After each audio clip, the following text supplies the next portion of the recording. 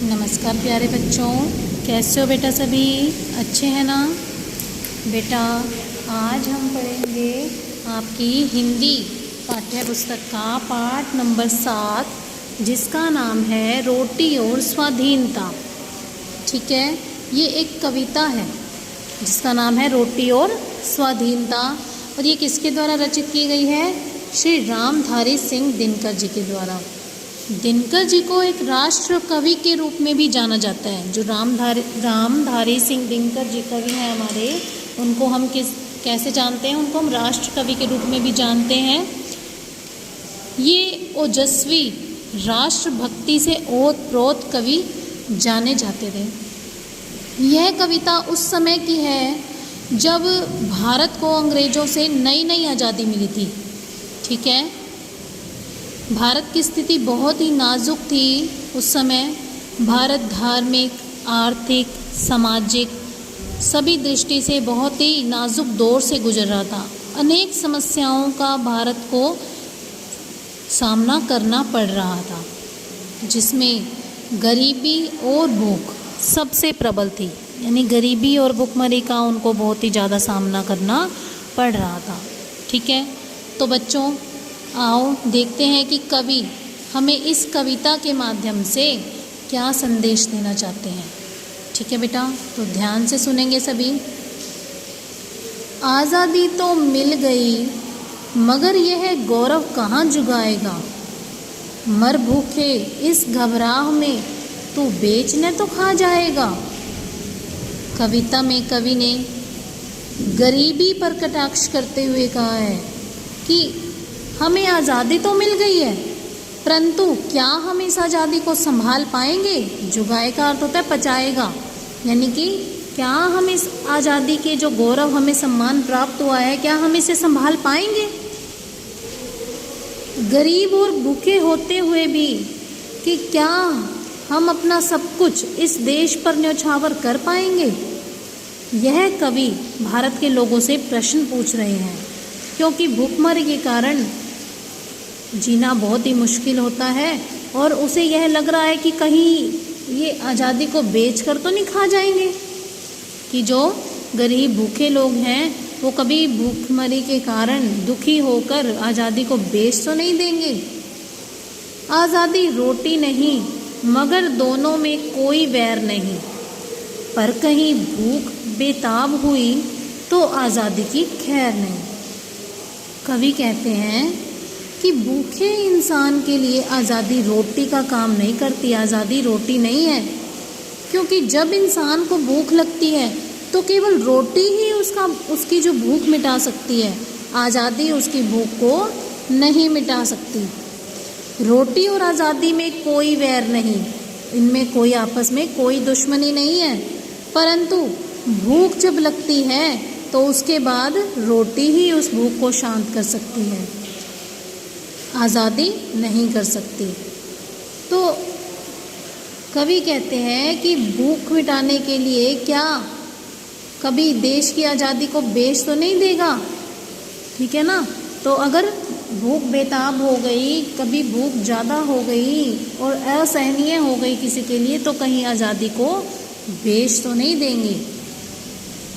हो रहे खड़े आज़ादी को हर ओर दगा देने वाले, पशुओं की रोटी दिखा उन्हें फिर साथ लगा लेने वाले। कवि कहते हैं कि एक जो भूखा व्यक्ति होता है वो अपनी भूख मिटाने के लिए देश की आज़ादी को भी बेच सकता है, क्योंकि जो इस देश के दुश्मन हैं वो क्या कर रहे हैं? वो इस ताक में बैठे हैं कि कैसे किसी की भूख, किसी की मजबूरी का लाभ उठाकर इस देश के प्रति उसे गद्दारी करने के लिए विवश किया जाए। क्योंकि देखो, पशुओं की रोटी दिखा उन्हें फिर साथ लगा लेने वाले, अपने साथ मिला लेंगे ताकि वो देश के प्रति गद्दार बन जाएं, उनकी मजबूरी का फ़ायदा उठाकर। इनके जादू का जोर भला कब तक भूख सह सकता है कौन पेट की ज्वाला में पकड़कर मनुष्य रह सकता है। कभी एक भूखे व्यक्ति को रोटी के लिए दिया गया धन, कभी कहते हैं कि अगर एक भूखे व्यक्ति को रोटी के लिए दिया गया धन बहुत जल्दी ही उसे अपनी ओर आकर्षित करता है।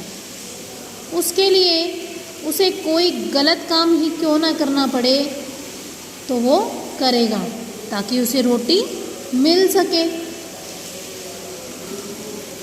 वह उसे मानव से दानव बना देता है। पेट की भूख उस मनुष्य को, मनुष्य कौन है पेट की ज्वाला में मनुष्य रह सकता है, यानी कि पेट की जो भूख होती है, जब भूख लगती है तो वो उसे मनुष्य नहीं रहने देती, वो उसे जानवर भी बना सकती है। अगर वो अपने देश पर गद्दारी करने के लिए आ जाए तो वो गद्दारी भी कर सकता है। तो यही बताया गया है कि कौन है जो भूखा रहकर भी अपने देश के प्रति समर्पित रह सकता है। यह कवि भारत के लोगों से प्रश्न पूछ रहे हैं। झेलेगा यह बलिदान, भूख की घनी चोट सह पाएगा, आ पड़ी विपत तो क्या प्रताप सा घास चबा रह पाएगा। भारत के लोगों से कवि प्रश्न पूछ रहे हैं कि क्या तुम भूखे रहकर अपने देश के प्रति बलिदान दे सकते हो,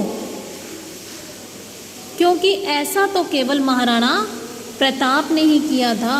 वैसे तो महाराणा प्रताप ही थे जिन्होंने मुगलों का सामना बड़ी वीरता से किया था।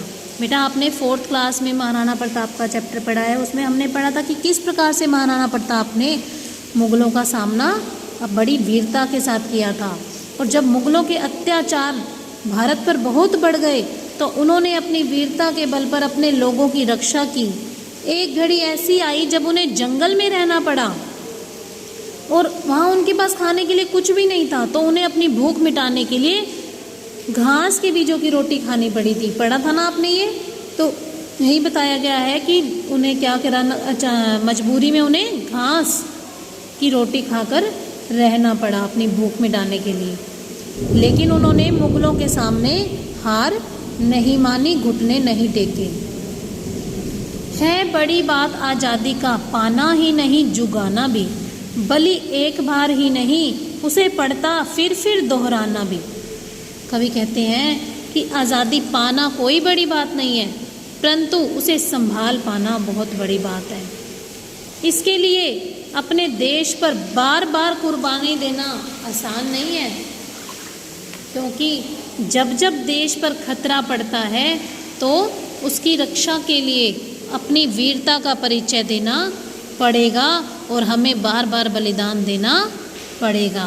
ठीक है, तो इस कविता के माध्यम से हमने कवि से यही समझा कि भूख और जो गरीबी है वो असहनीय है, लेकिन हमें अगर हम सच्चे देशभक्त बनना चाहते हैं तो उसे भी सहन करके हम अपने देश पर न्योछावर होते रहेंगे, उस पर समर्पित रहेंगे। ठीक है बेटा, thank you, have a nice day.